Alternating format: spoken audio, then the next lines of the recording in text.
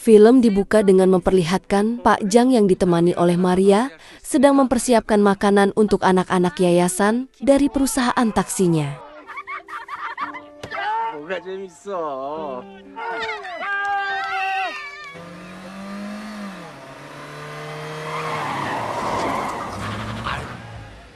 아니 그러다가 다치면 어떡하려고? 김도희 기사님, 저 어땠어요?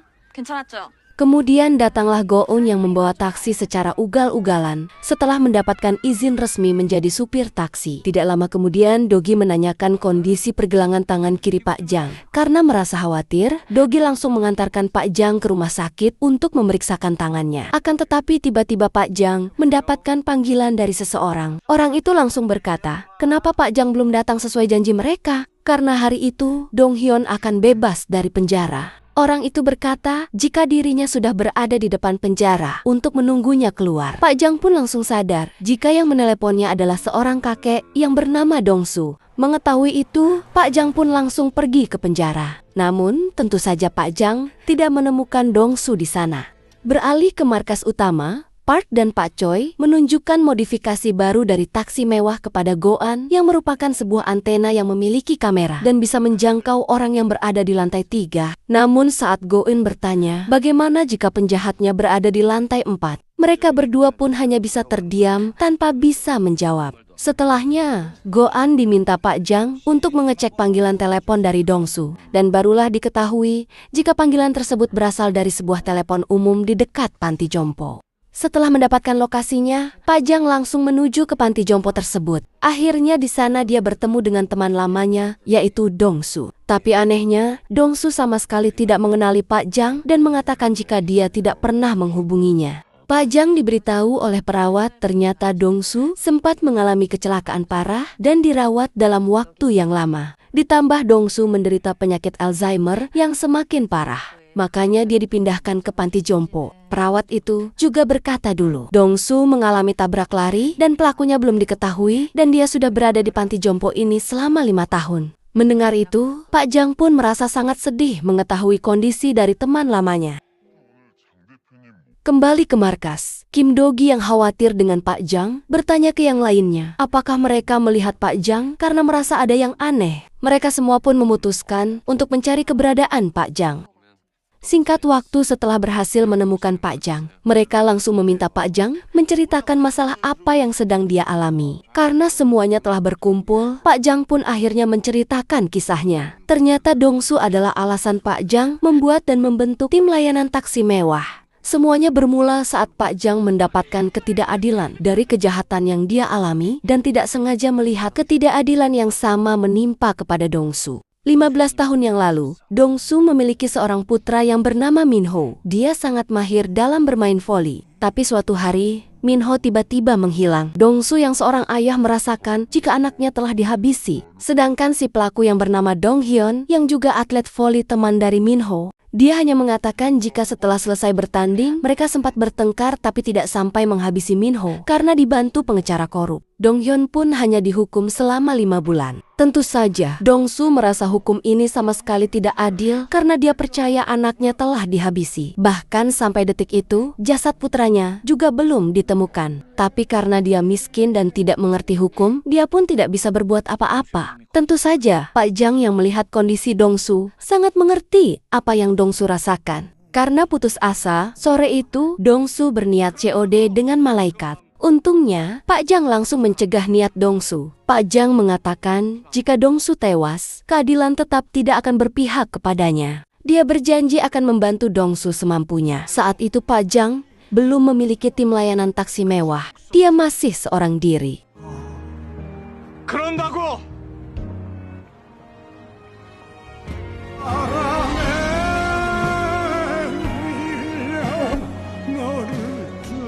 Singkat waktu, Pak Jang pun mulai mempelajari kasus yang menimpa Min-ho. Melihat kesungguhan Pak Jang, Dong-su pun mengucapkan terima kasih. Setiap seminggu sekali mereka akan bertemu dan mengumpulkan semua informasi yang berhasil mereka dapatkan. Tapi meskipun telah bekerja sangat keras dan bertanya ke semua orang yang terkait, mereka tetap belum bisa mendapatkan titik terang. Tapi dari sinilah hubungan mereka berdua menjadi sangat dekat dan Pak Jang sudah menganggap Dong-su sebagai kakaknya sendiri. Suatu hari Pak Jang membuat keributan di kantor pengacara yang membela Dong Hyun karena si pengacara korup itu telah mengambil rekaman CCTV yang merupakan bukti. Karena tidak ingin pusing, si pengacara akhirnya memberikan rekaman CCTV tersebut. Dari rekaman tersebut mereka melihat jika Dong Hyun memang sempat berkelahi dengan Min Ho. Tapi Pak Jang menyadari sesuatu jika saat insiden itu Dong Hyun tidak sendirian. Keesokan harinya, Dong Su menemui Dong Hyun di penjara untuk menanyakan di mana keberadaan putranya sekarang. Tapi tetap saja, dia mengatakan jika dirinya tidak tahu apa-apa. Tapi dia terlihat sangat panik ketika Dong Su mengatakan jika dia tahu saat itu Dong Hyun tidaklah sendirian. Mendengar itu, Dong Hyun langsung mengakhiri pertemuan dan menolak semua kunjungan dari Dong Su. Keluar dari sana, Pak Jang mengajak Dong Su untuk makan siang. Dari sinilah Pak Jang membuat janji dengan Dong Su dan mengajaknya menemui Dong Hyun saat hari kebebasannya nanti. Dan dari sini juga awal Pak Jang akan membuat layanan taksi mewah yang menghukum para penjahat dengan caranya sendiri. Singkat waktu pada hari kebebasan Dong Hyun, entah apa yang terjadi pada Dong Su, dia tampak tidak datang ke penjara. Hanya Pak Jang yang datang ke sana. Setelah Pak Jang mencarinya ke toko jamnya, terlihat barang-barangnya sudah kosong dan Dong Su secara tiba-tiba menghilang. Setelah mendengar semua cerita Pak Jang, Dogi dan yang lainnya memutuskan untuk membantu Dong Su. Setelah melakukan penyelidikan terhadap kasusnya, dijelaskanlah kasusnya seperti di awal. Dogi kemudian memperlihatkan rekaman CCTV yang menjadi bukti saat itu kenapa dalam persidangan tidak ada dugaan pembunuhan. Karena dalam rekaman CCTV setelah berkelahi, Min Ho terlihat keluar dari kampus. Namun Dogi menyadari jika itu bukanlah Min Ho yang asli, melainkan orang lain untuk memanipulasi bukti. Dan untuk memastikan semuanya, mereka pun mulai melakukan pengintaian.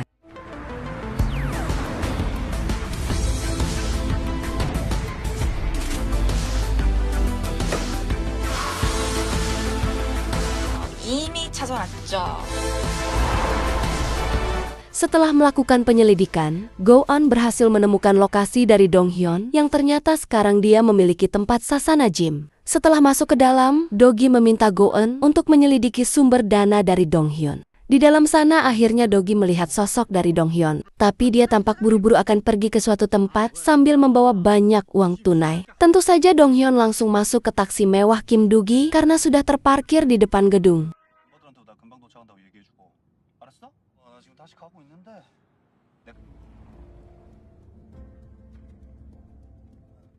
Singkat waktu setelah tiba di rumah duka, mereka pun merasa aneh melihat tempat itu karena banyak sekali terdapat mobil yang terparkir tapi dalam keadaan kotor dan berdebu. Ketika Dogi mengikuti Dong Hyun, dia langsung dicegat oleh penjaga saat akan masuk ke suatu tempat. Karena dia tidak bisa masuk untuk melihat kondisi di dalam, akhirnya antena hasil modifikasi itu digunakan juga. Dan barulah terungkap jika tempat duka itu hanyalah kedok belaka. Karena aslinya tempat itu adalah tempat perjudian.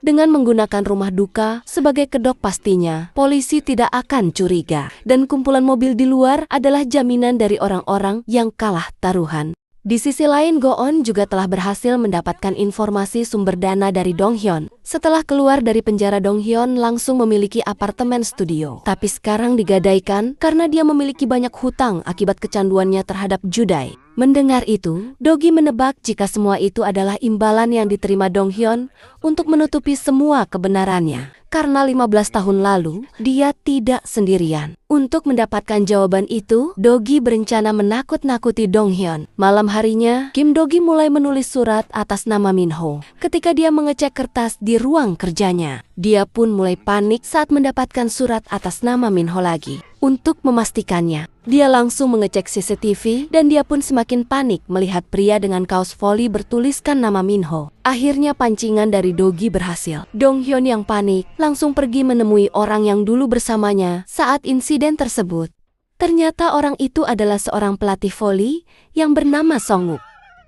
Dong Hyun langsung bertanya, apakah Min Ho benar-benar telah tewas? Apakah Song-wook sudah menguburnya dengan benar? Perkataan dari Dong Hyun pun juga didengar oleh Dogi yang ada di sana. Mendengar itu, Song-wook merasa kesal karena disepelekan oleh Dong Hyun. Kemudian kita diperlihatkan seminggu sebelum Dong Hyun tewas, Dong Su tiba-tiba mendapatkan pesan dari ponsel anaknya yang memintanya harus segera datang. Dong Su yang mendapatkan pesan dari anaknya tanpa pikir panjang langsung pergi keluar. Tapi saat Dong Su berada di jalan yang sepi, tiba-tiba sebuah truk dengan sengaja menabraknya.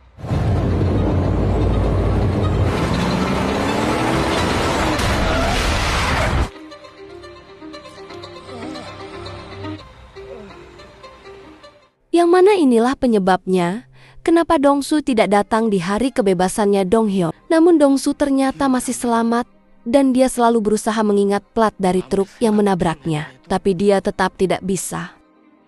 Setelah itu, kembali ke Dogi dan yang lainnya. Go-on berhasil menemukan informasi tentang Songuk. Dia memiliki catatan jelek dalam bermain volley. Tapi entah kenapa, sekarang dia bisa menjadi pelatih volley di kampus. Untuk mendapatkan informasi lagi, Dogi kembali melakukan penyamarannya. Dia pun menyamar sebagai orang yang akan ikut berjudai karena Donghyun merupakan penjudai kelas berat. Dengan menggunakan kacamata yang terhubung dengan Go-un, Dogi mencoba masuk ke tempat tersebut. Tapi usaha Dogi kali ini harus gagal. Karena sebelum masuk ke tempat utama, di sana terdapat alat untuk mengecek kamera tersembunyi. Karena tidak ingin ketahuan, terpaksa Dogi membatalkan niatnya untuk masuk ke dalam. Setelah berada di luar, Go-on mengatakan jika tanpa kamera itu, dia tidak bisa membantu Dogi karena Dogi ternyata sama sekali tidak bisa bermain kartu. Mendengar masalah itu, Pak Choi kemudian menunjukkan keahliannya yang sangat OP dalam bermain kartu. Bahkan bisa mengocok kartu dan memberikan kartu dengan nilai tertinggi sesuai keinginannya.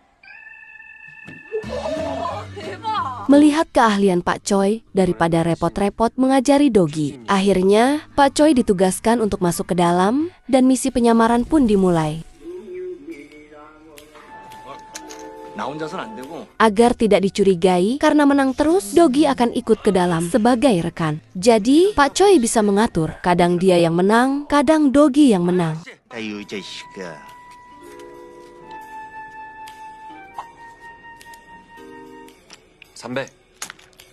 Ketika sedang bermain, mendadak Donghyun langsung pergi setelah mendapatkan panggilan telepon. Melihat Donghyun lebih mementingkan panggilan tersebut, Dogi pun merasa itu pasti sesuatu yang sangat penting. Dia kemudian mengikuti Donghyun ke sasana gymnya. Tapi mereka tidak bisa melihat apa yang dilakukan oleh Donghyun karena di ruang pribadinya tidak terdapat kamera CCTV. Karena Dogi tidak mungkin masuk karena pasti ketahuan, akhirnya Go-un yang menyamar untuk masuk ke dalam. Sambil membawa HP, dia berpura-pura mencari pemilik sasana gym. Saat menerobos masuk ke dalam, terlihat Donghyun sama sekali tidak ada di sana. Tapi sesaat kemudian, entah bagaimana, Donghyun tiba-tiba berada dalam ruangan. Beralih ke Pak Jang yang sedang berkunjung untuk menemui Dongsu. Dia pun kaget melihat Dongsu yang terkulai lemas setelah melakukan percobaan Chode dengan malaikat. Pak Jang kemudian diberitahu oleh dokter jika itu bukanlah kali pertamanya Dongsu melakukan aksinya. Dia seolah-olah sedang terjebak dalam mimpinya. Setelahnya Pak Jang kembali ke tempat tidur Dongsu. Di sana dia melihat semua catatan dari Dongsu dan memotret beberapa nomor yang ditulis oleh Dongsu di sudut meja. Kembali ke Dogi. Setelah beberapa jam berada di dalam, akhirnya Donghyun keluar dan kembali ke tempat judai. Karena mereka tetap tidak akan bisa masuk ke ruangan pribadi Donghyun meskipun dia sudah pergi. Dogi pun memiliki rencana untuk membeli sasana gym tersebut. Dogi pun kembali menemui Pak Choi yang diminta bermain sampai malam hari.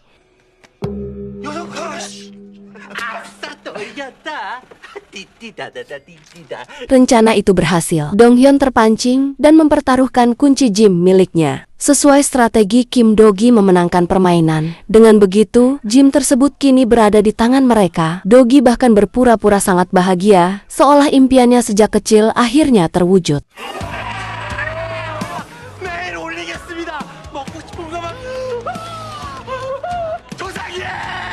Setelah itu mereka segera menuju gym tersebut untuk melakukan penyelidikan. Namun setiap ruangan yang mereka periksa tidak memberikan petunjuk berarti. Di waktu yang sama, Kim Dogi mengawasi Songuk dari kejauhan karena Donghyun diperkirakan akan menemui pria itu. Dugaan itu terbukti benar begitu Donghyun datang, Songuk langsung menyerahkan sejumlah uang tanpa mendengarkan penjelasan apapun. Karena ia yakin kedatangan Donghyun selalu untuk meminta uang. Setelah itu Donghyun pergi menuju kantor gym yang kini menjadi milik Dogi. Ia berniat menebus kembali kepemilikan gym tersebut dengan cara mencicil. Namun, Dogi menolak. Donghyun kemudian menawarkan harga tinggi untuk menyewa salah satu ruangan dan terus menawarnya. Awalnya Dogi tetap menolak, namun pada akhirnya ia menerima tawaran tersebut karena ruangan itu adalah ruang rahasia yang mereka butuhkan untuk mengungkap kebenaran. Ketika tim Rainbow sedang mengamati ruang rahasia itu dari kejauhan, Pak Jang datang meminta bantuan untuk menafsirkan deretan angka yang ditemukan di meja Dongsu. Mereka saling menganalisis hingga muncul dugaan bahwa angka-angka tersebut mungkin berkaitan dengan nomor kendaraan. Setelah Pak Jang pergi, ia tiba-tiba teringat pada sebuah jam mati yang selalu disimpan oleh Dongsu. Dongsu pernah mengatakan bahwa jam itu sengaja dimatikan agar ia tidak lupa. Karena angka-angka yang tertera di jam tersebut adalah kode pembuka pintu gerbang. Bagi Dongsu, jam itu sangat berarti. Saat Dongsu tertidur dan kembali tenggelam dalam mimpinya, jam itu dipakaikan ke pergelangan tangannya untuk memicu ingatan. Dalam mimpi tersebut, ia akhirnya berhasil melihat nomor kendaraan yang selama ini hilang dari ingatannya. Ketika terbangun, ia langsung memutar angka pada jam tersebut dan petunjuk yang ia cari akhirnya terungkap. Pak Jang terharu melihat betapa keras usaha Dongsu mengingat nomor kendaraan itu.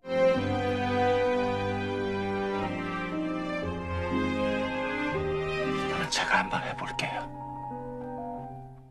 Malam harinya, Dogi kembali ke gym dan menemukan ruang rahasia milik Donghyun. Ruangan itu terkunci dan memerlukan kata sandi. Dogi menaburkan bubuk untuk melihat sidik jari pada kaca panel, lalu meminta bantuan Go-eun untuk mencari kombinasi angka yang berkaitan dengan Donghyun. Go-eun menemukan satu nomor yang cocok dan mereka berhasil membuka ruangan tersebut. Di dalamnya, Dogi melihat deretan komputer yang menyala, menampilkan permainan sekilas tampak seperti aktivitas perjudian. Namun ia segera menyadari bahwa ini bukan tempat judi biasa. Tidak ada pemain di sana. Ruangan itu digunakan untuk mengatur hasil pertandingan secara curang. Donghyun dan Songuk menentukan pemenang sebelum pertandingan dimulai, kemudian memasang taruhan besar untuk meraup keuntungan. Di saat yang sama, Pak Jang menemukan petunjuk baru. Ia mulai memahami bagian penting yang selama ini tidak bisa diingat Dongsu. Pada hari kecelakaan itu, Dongsu ternyata bukan tertabrak secara tidak sengaja. Ia ditabrak oleh sebuah truk yang dikendarai oleh dua orang. Namun, hingga kini identitas kedua orang tersebut masih belum terungkap.